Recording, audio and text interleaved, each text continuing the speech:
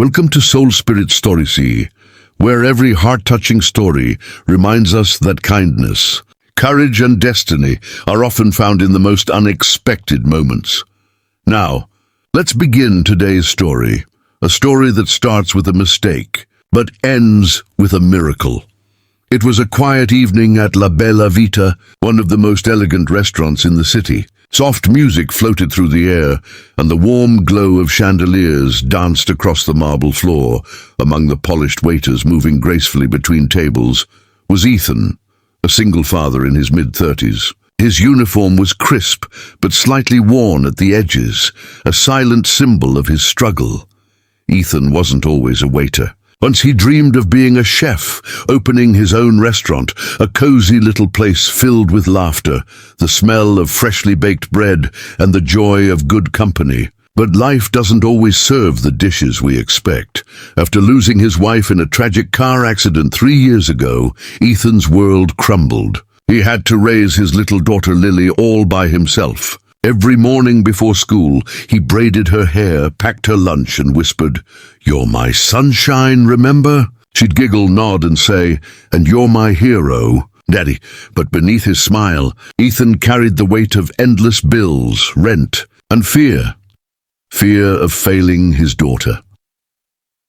That night at the restaurant, Ethan worked the closing shift. The place was buzzing.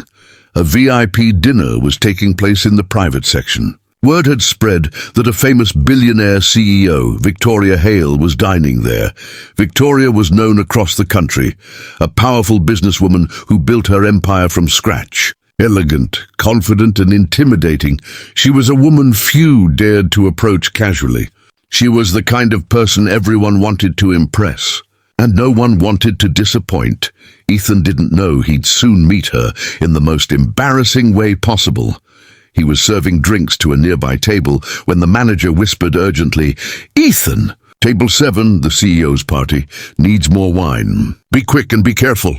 Ethan nodded nervously. He adjusted his tie, wiped his hands, and picked up a bottle of fine red wine, probably more expensive than what he made in a week. He walked toward the table, heart pounding, balancing the bottle carefully. Victoria Hale sat there in a sleek black dress, surrounded by executives laughing politely at her every word. Her presence filled the room, calm, confident, untouchable. Ethan reached the table, gently pouring the wine into her glass. But as he turned to refill another, a waiter passing behind him bumped his elbow, just slightly. But enough.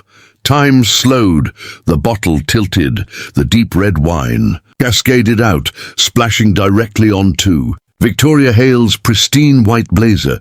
The room went. Silent gasps echoed across the restaurant. Ethan froze, eyes wide in horror. His face turned pale. "Oh my God, I'm so sorry, ma'am. I didn't mean to," he stammered, frantically reaching for napkins. Victoria looked down at the stain, crimson spreading across the expensive fabric, then slowly looked up at him. Her gaze was cold, piercing. Everyone held their breath. The manager rushed over, panic in his eyes. "Miss Hale, I deeply apologize for this." "Ethan, what have you done?" Ethan bowed his head. "Please, it was an accident, ma'am. I'll pay for the cleaning or replace the jacket if I can." Victoria raised a hand, stopping him. Her voice was calm, yet sharp enough to cut through the silence. "Do you know how much this jacket costs?" she asked. Ethan swallowed hard. "No, ma'am." "More than your monthly salary, I imagine," she said coolly. The executives snickered under their breath. Ethan's ears burned with shame. He wanted to disappear. "Yes, ma'am, I'm sure it does. I'll find a way to make it right," he whispered.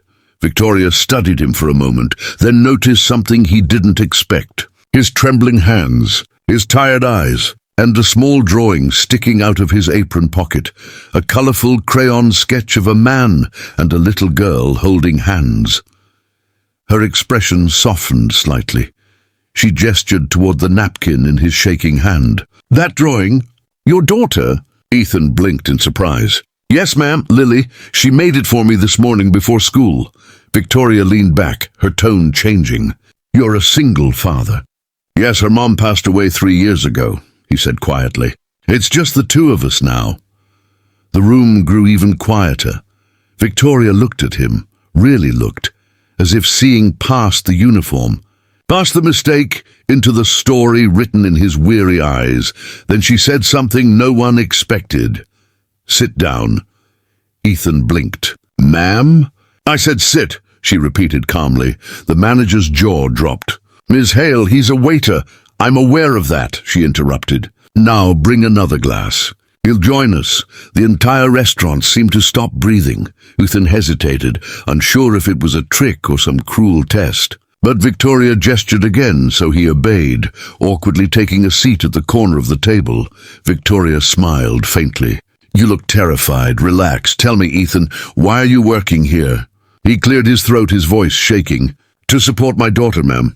I used to dream of opening my own restaurant one day, but life had other plans." "And what kind of restaurant would that be?" she asked. He looked down, smiling sadly. "A small place, warm, with food made from the heart, not just for profit." Victoria's lips curved slightly, as if the words touched something deep within her. "Food made from the heart," she repeated. "You don't hear that much anymore." One of her executives tried to interject. "Ms. Hale, we should probably—" She waved him off. "Let him talk," Ethan continued, slowly finding confidence. "Every dish tells a story, you know. My late wife used to say that food connects souls. I want to bring that feeling back, but right now I can barely keep the lights on." Victoria sat silently for a moment, tapping her finger on the table. Then she said softly, "You remind me of myself years ago." Ethan looked up, surprised. "I wasn't born rich," she said. "I started as a waitress, just like you. I know the fear of not knowing where your next meal will come from. But I also know the power of persistence." Ethan couldn't believe what he was hearing. Then she stood up, looked directly at him, and said words that would change his life forever. "Tomorrow morning, come to my office. Bring your menu ideas. I want to taste your dream." He blinked, confused. "Ma'am, I don't understand." "I'm offering you a chance," she said firmly. "Not charity. Opportunity." The room erupted in whispers. The manager looked like he'd faint. "Ms. Hale, are you sure?" Victoria smiled. "Everyone deserves a second chance, especially those who work with heart." Then, turning back to Ethan, she added, "Oh, and don't worry about the jacket. Consider it an investment." Ethan sat frozen, speechless. His eyes welled with tears. "Thank you, ma'am. I won't let you down." Victoria nodded once, then turned to her guests. "Now where were we?"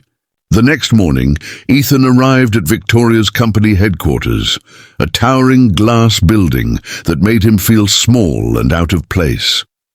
He clutched a small folder filled with handwritten recipes, his late wife's favorites, and some new dishes inspired by Lily. At the reception desk, the attendant smiled politely. "Mr. Ethan, Ms. Hale is expecting you." He was guided into a modern kitchen space, spotless, filled with shining equipment. Victoria stood by the counter, dressed casually this time, her sharp business aura replaced by quiet curiosity. "Show me what you've got," she said. Ethan smiled nervously, rolling up his sleeves. "I call this one Heart and Home pasta. It's simple, but full of love." As he cooked, he spoke about his daughter, his late wife, his dreams. The room filled with the aroma of garlic, herbs, and hope. When Victoria took the first bite, something changed in her expression. She closed her eyes, savoring the flavor. "This," she said softly, "tastes like comfort, like something you'd eat when the world feels too heavy." Ethan nodded quietly. "That's exactly what it's meant to be." Victoria smiled, a real smile this time. "Congratulations, Ethan, you're hired." He stared, stunned. "Hired?" "Yes," she said. "You'll help me open a new restaurant, one that reminds people of what food really means. You'll be the head chef." Tears filled his eyes. "I don't know what to say." "Say you'll make people happy," she replied gently. He laughed through his tears. "I will, I promise." Months passed. The restaurant, Lily's Table, opened under Victoria's company, but with Ethan as its heart. It became a sensation overnight. People lined up for hours, not just for the food, but for the story behind it. A single dad spilled wine that led to a miracle. Victoria often visited, sitting quietly at her favorite corner table, watching Ethan and little Lily greet customers with smiles brighter than any chandelier.